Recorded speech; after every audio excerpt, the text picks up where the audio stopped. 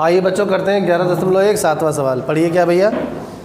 एक समकोण त्रिभुज की रचना कीजिए जिसकी भुजाएं कर्ण के अतिरिक्त 4 सेंटीमीटर तथा 3 सेंटीमीटर लंबाई की हों।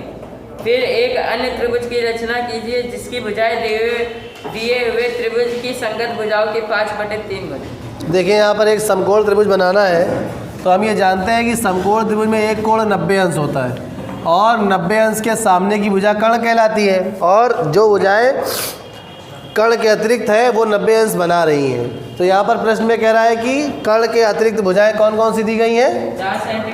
4 सेंटीमीटर और 3 सेंटीमीटर। तो ये त्रिभुज तो आसानी से आप लोग बना लेंगे। 4 सेंटीमीटर की रेखा खींची, 90 अंश का कोण बना लिया। हाँ, कोई नाम दिया है त्रिभुज का? नहीं।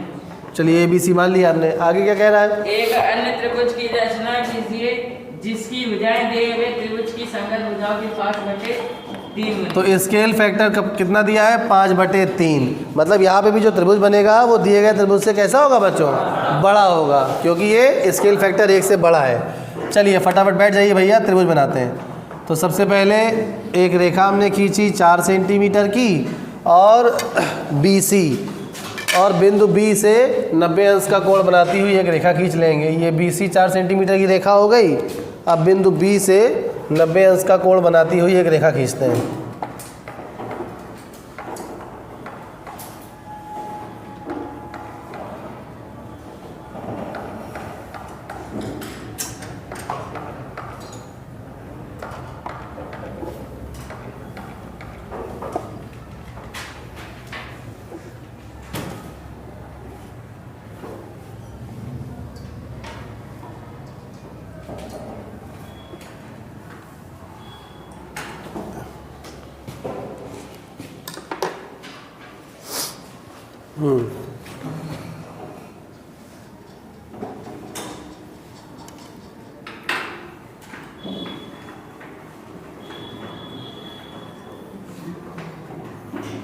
अच्छा, ये तो डर के सीधे कर दे रहे हैं। 90 अंश का कोण बनाती हुई एक रेखा हमने बिंदु B से खींच दी। चलिए बेल लग गई, जल्दी से करना पड़ेगा इसको।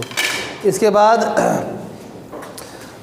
ये भुजा बच्चों है 4 सेंटीमीटर और दूसरी वाली कितनी है? 3 सेंटीमीटर। तो 3 सेंटीमीटर दूरी प्रकार में भरते हैं और बिंदु B से एक फटाफट चाप लगाते हैं। ये बिंदु हमें A प्राप्त हो गया। अब इस बिंदु A से हम C को मिला देंगे तो हमें त्रिभुज प्राप्त हो जाएगा ABC। इसके पश्चात बच्चों क्या करना है? बिंदु B से एक न्यून कोण बनाती हुई एक रेखा खींच देनी है हमें, कोई भी। और इसके पश्चात यहाँ पर BC को आगे बढ़ा रहे हैं इसलिए क्योंकि जो नया त्रिभुज है वो पुराने वाले त्रिभुज से बच्चों बड़ा बनेगा। तो ये बिंदु मान लीजिए यहाँ पर C है कोई। इसके पश्चात अब क्या करना है? बिंदु B को केंद्र लेकर 5 चाप लगाने हैं। 5 और 3 में अनुपात बड़ा 5 है, इसलिए 5 चाप लगाएंगे। बिंदु B को केंद्र लिया और पहला चाप B1, फिर B2, B3, B4 और ये फाइनली B5। इसके पश्चात अब बच्चों क्या करेंगे? पहले तो नाम देते हैं इसके B1, B2, B3, B4 और B5। अब इसके पश्चात किसको किससे मिलाना है बच्चों? बिल्कुल सही, B3 को C से मिला देते हैं। ये B3 को C से मिला दिया और अब हम B5 से B3C के समांतर एक रेखा खींचेंगे। तो B5 को केंद्र लिया और एक किसी भी त्रिज्या का एक चाप लगा लिया। B3 को केंद्र लिया, उसी त्रिज्या का एक चाप लगाया। B3 को केंद्र लिया था, उस चाप को नापेंगे। ये इस चाप को देखिए नापा।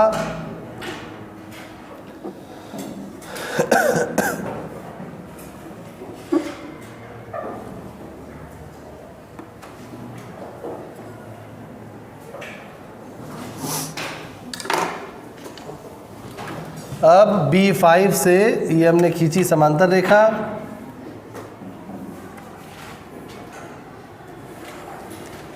और ये बिंदु हमें प्राप्त हो गया बच्चों D। अब इसके पश्चात क्या करना है? बिंदु D से CA के समांतर एक रेखा खींचनी है। तो देखिए क्या करेंगे इसके लिए? बिंदु C को केंद्र लेंगे पहले और किसी भी त्रिज्या का एक चाप लगाएंगे। बस दिए गए कोण के बराबर कोण की रचना करनी है। बिंदु डी को केंद्र लिया और उसी त्रिज्या का एक चाप लगाया। इस चाप को अब नापना होगा, तो नापते हैं जल्दी से इस चाप को।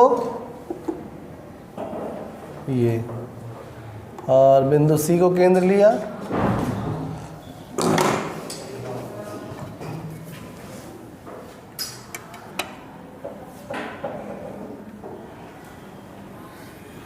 और ये बिंदु हमें थोड़ा गड़बड़ा गया है लग रहा है, मिलाने में सही से मिलाते हैं इसको।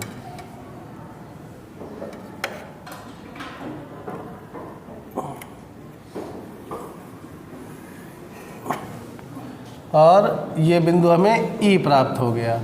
और यही अभिष्ट त्रिभुज BDE जो प्राप्त हुआ है हमें, ये दिए गए त्रिभुज BCA के समरूप इस प्रकार से है कि इसकी भुजाएं ABC की भुजाओं की 5/3 गुनी है। ठीक है बच्चों, वेरिफिकेशन पिछले प्रश्न की तरह आप लिख लेंगे, बेल लग चुकी है। बाकी चर्चा कल करेंगे। धन्यवाद।